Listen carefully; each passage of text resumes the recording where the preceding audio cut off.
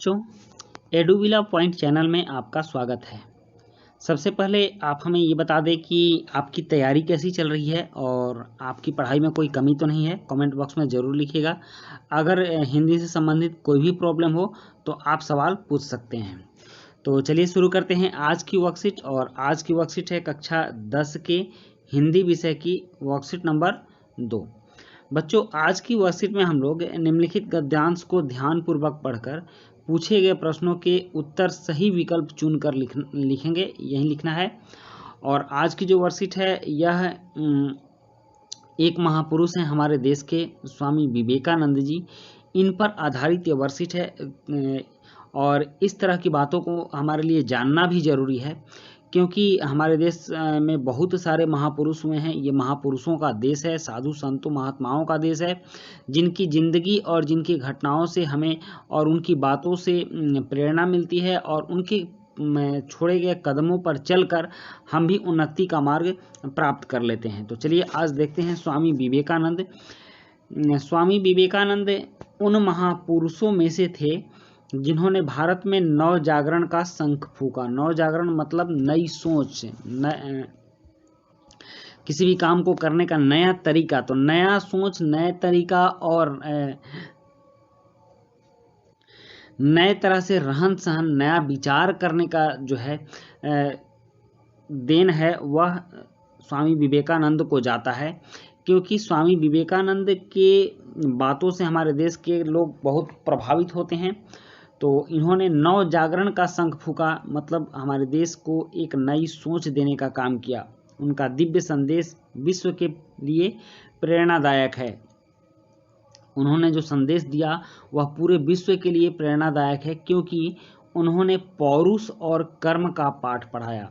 उन्होंने ना तो वरदान का पाठ पढ़ाया, ना ही फ्री में कुछ प्राप्त करने का पाठ पढ़ाया। उन्होंने पौरुष का पाठ पढ़ाया, और पौरुष का मतलब ही होता है जो पुरुषार्थ पर आधारित हो।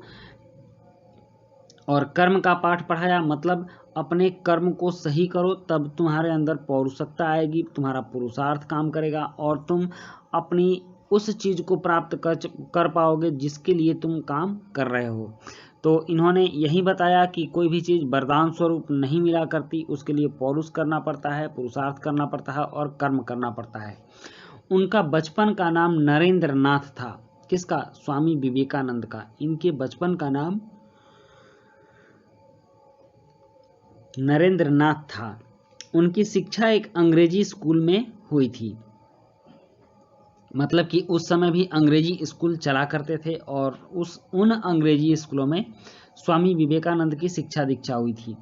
जब उनकी आध्यात्मिक भावना प्रबल हो उठी तो उन्होंने अपनी ज्ञान पिपासा को शांत करना अपना एक विशिष्ट लक्ष्य माना। अब यहाँ कुछ शब्द हैं, उनके अर्थ समझने जरूरी हैं। जैसे कि आध्यात्मिक भावना। तो ये आध्यात्मिक क्या होता है? अध्यात्म एक विज्ञान है बच्चों। अध्यात्म कोई भी इसको आप पूजा पाठ मत जोड़िएगा। अध्यात्म एक विज्ञान है जो अपने आप का अध्ययन कराता है। अध्यात्म मतलब यह दो शब्दों से बना है, अध्ययन धन आत्म।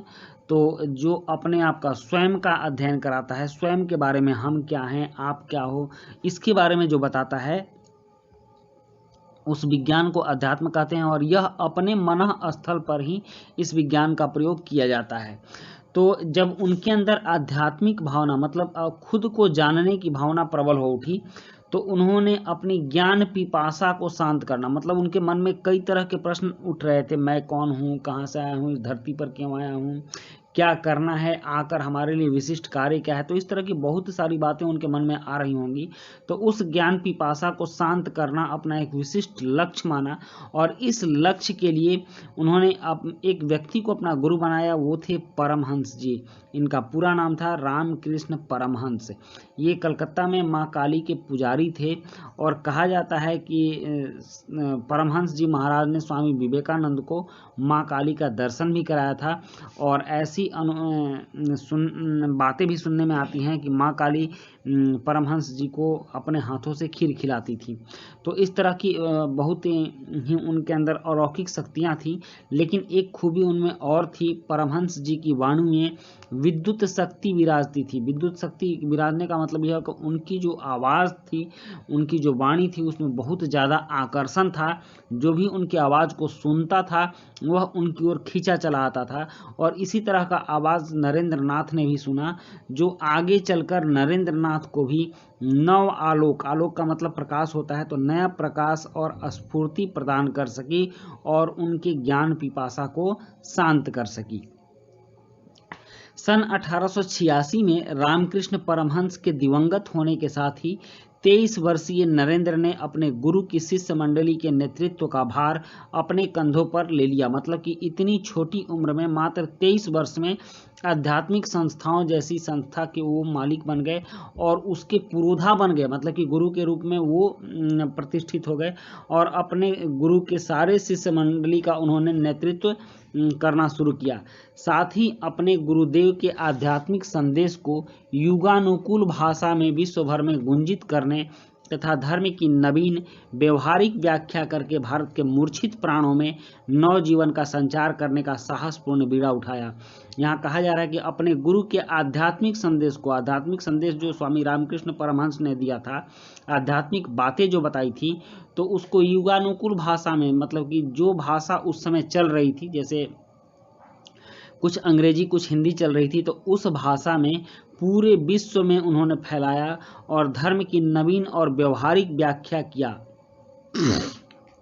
उन्होंने धर्म का नया व्याख्या किया कि धर्म क्या होता है, और इसको करके भारत के मूर्छित प्राणों में और भारतीय धार्मिक के परंपराएं जो विलुप्त होती जा रही थी, भारतीय आध्यात्मिक परंपराएं जो विलुप्त होती जा रही थी, उसमें नव जीवन का संचार करने का साहसपूर्ण बीड़ा उठाया। तो ये है स्वामी विवेकानंद का परिचय। अब इस पर आधारित कुछ प्रश्न है, जैसे शंख फूकना। तो शंख फूकना का आशय क्या है?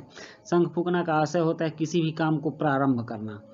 और उसका प्रश्न 2 है कि स्वामी विवेकानंद का संदेश प्रेरणात्मक क्यों है। और प्रश्न 3 है कि स्वामी परमहंस जी की वाणी में विद्युत शक्ति विराजती थी, रेखांकित वाक्य का क्या तात्पर्य है। प्रश्न 4 है स्वामी विवेकानंद का बचपन का नाम क्या था। और प्रश्न 5 है उनके गुरु कौन थे। और प्रश्न 6 है बीड़ा उठाना का वाक्य में प्रयोग कीजिए। अब चलिए इन प्रश्नों के उत्तर करते हैं। प्रश्न 1 है कि शंख फूकना का आशय क्या है। तो इसका उत्तर है घ प्रारंभ करना। और प्रश्न 2 है कि स्वामी विवेकानंद का संदेश प्रेरणात्मक क्यों है। तो इसका उत्तर है स्वामी विवेकानंद के संदेश ने पौरुष और कर्म का पाठ पढ़ाया है, इसलिए प्रेरणादायक है।